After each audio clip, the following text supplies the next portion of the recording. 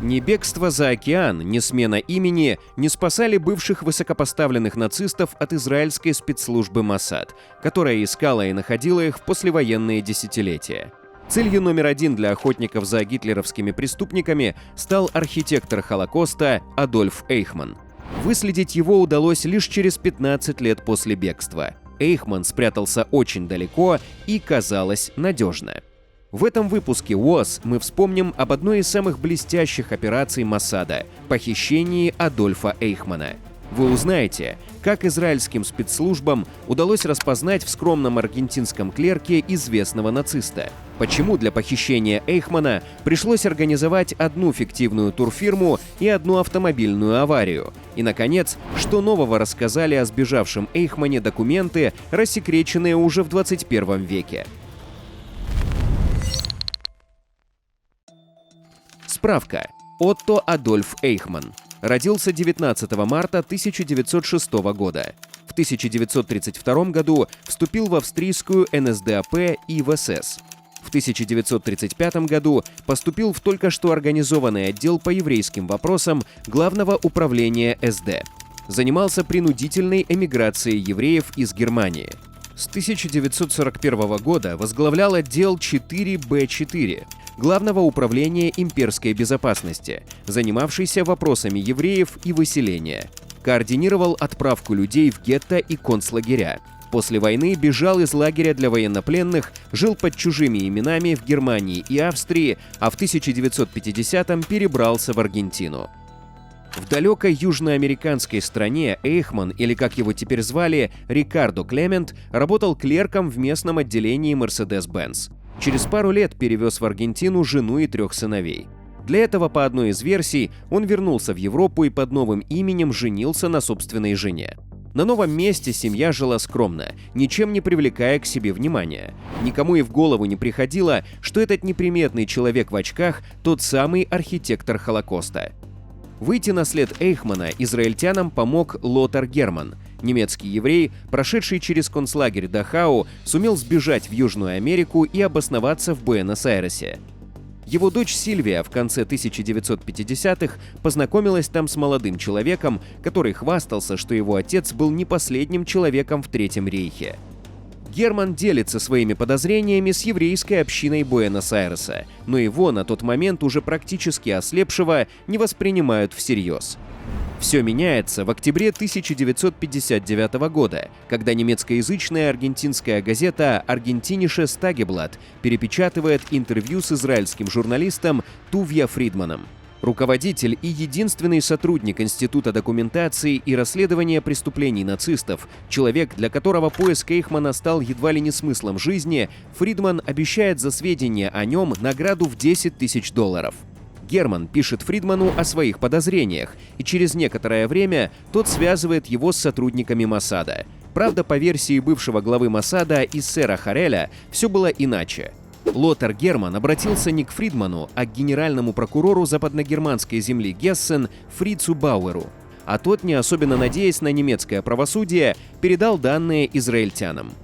Как бы там ни было, информация была получена Моссадом и несколько месяцев тщательно проверялась отправленными в Аргентину израильскими агентами. Окончательное опознание произошло весной следующего года. Наблюдатели зафиксировали большой праздник в доме подозреваемого Рикардо Клемента, в день, когда Отто Адольф и Вероника Катарина Эйхманы должны были отмечать серебряную свадьбу.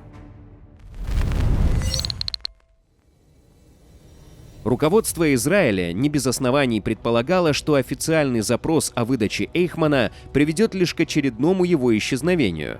В те годы власти Аргентины не просто закрывали глаза на въезд нацистских преступников, но охотно помогали им скрываться, а то и нанимали на работу вооруженные силы. Другой вариант развития событий – выдача Эйхмана Германии, где нацистам в последние годы выносились крайне мягкие приговоры, израильтян тоже не устраивал. Как не устраивал и вариант просто убить Эйхмана. Израильтянам важно было устроить публичный судебный процесс. Оставался только один способ. Операцию по похищению Эйхмана, она же операция «Финал», возглавил лично директор Моссада Иссер Харель. Все 30 ее участников были добровольцами. Почти каждый из них либо сам пострадал от нацистов, либо потерял во время Холокоста родственников. Через специально созданную подставную туристическую фирму израильтяне поодиночке из разных стран и в разное время прилетели в Буэнос-Айрес. Самого же Эйхмана планировали вывезти в Израиль на самолете официальной делегации, прибывшей в Аргентину на празднование 150-й годовщины независимости страны. Регулярного воздушного сообщения между Аргентиной и Израилем в то время не существовало.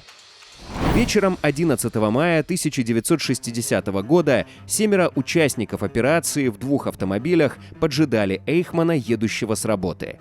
Наконец тот вышел из автобуса и пошел в сторону дома. Агент Питер Малкин окликнул его по-испански «Un momentino, señor», и когда тот обернулся, повалил на землю. Остальные втащили Эйхмана в машину. Вся операция заняла 20 секунд.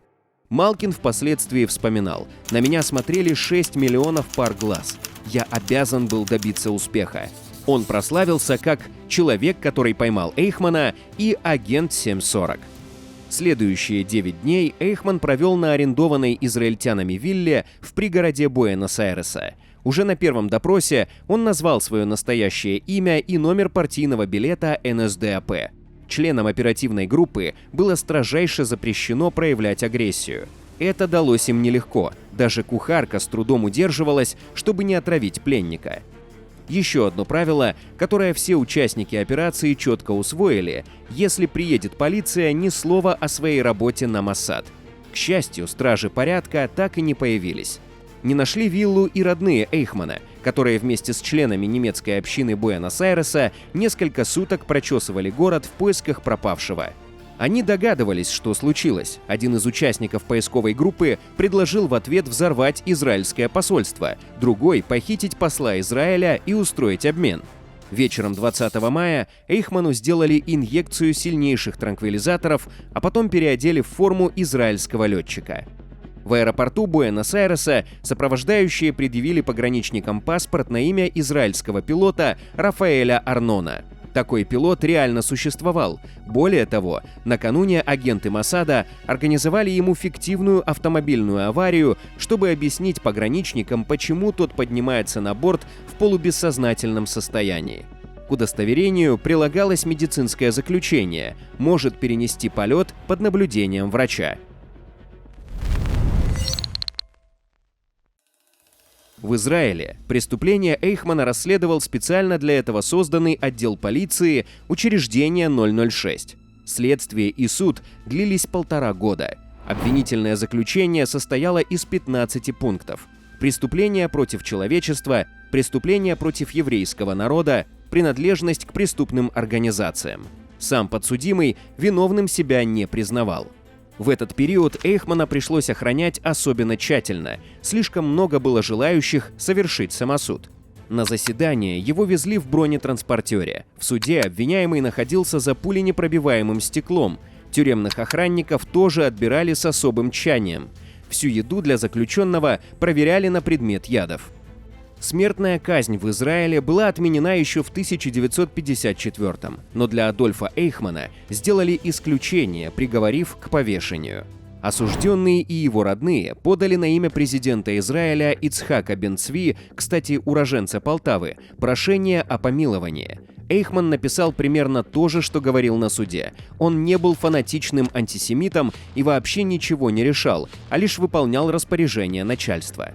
Все ходатайства предсказуемо были отклонены.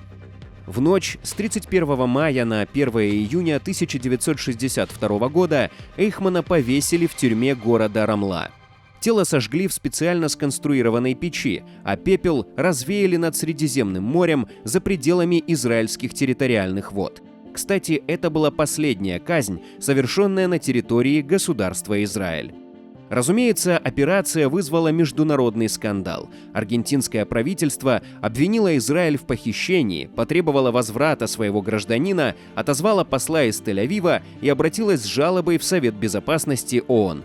Но ничего не добилось. По официальной версии, Эйхмана похитили неизвестные еврейские добровольцы, ни на какой государственной службе не состоявшие. Официальное признание того, что за операцией стояли агенты Моссада, появилось лишь в 2005 году. 5 годами раньше, в 2000-м, президент Аргентины впервые извинился перед жертвами Холокоста за то, что его страна укрывала нацистских преступников. А в 2006 году свет увидел еще один интересный документ. Оказалось, что и ЦРУ, и западногерманская разведка, по всей видимости, знали и новую фамилию Эйхмана, и его местонахождение еще за несколько лет до того, как об этом стало известно Моссаду. Но скрыли эту информацию, опасаясь, что Эйхман расскажет о нацистском прошлом многих из тех, кто занимал в ФРГ высокие посты. Операция «Финал» была самой громкой, но не единственной из операций Моссада по наказанию нацистских преступников.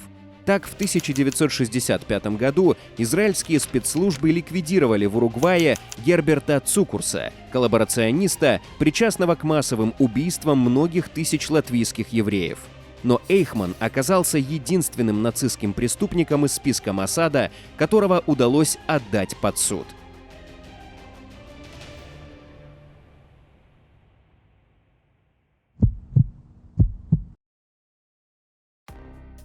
Мы продолжаем новую рубрику «ВОС рекомендует», в которой рассказываем о книгах и не только о книгах по теме очередного выпуска.